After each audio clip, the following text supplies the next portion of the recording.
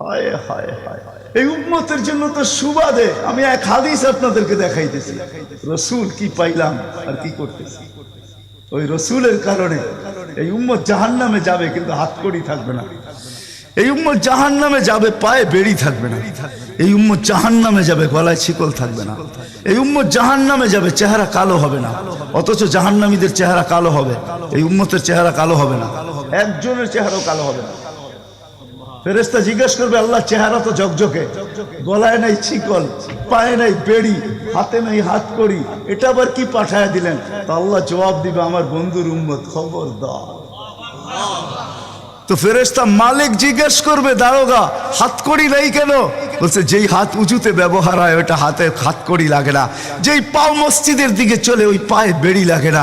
যেই কপাল আমার কুদরতি পায়ে জীবনে একবারও আমাকে পাওয়ার জন্য ঠেকায়া দিছে, সেজদা করছে, ওই চেহারা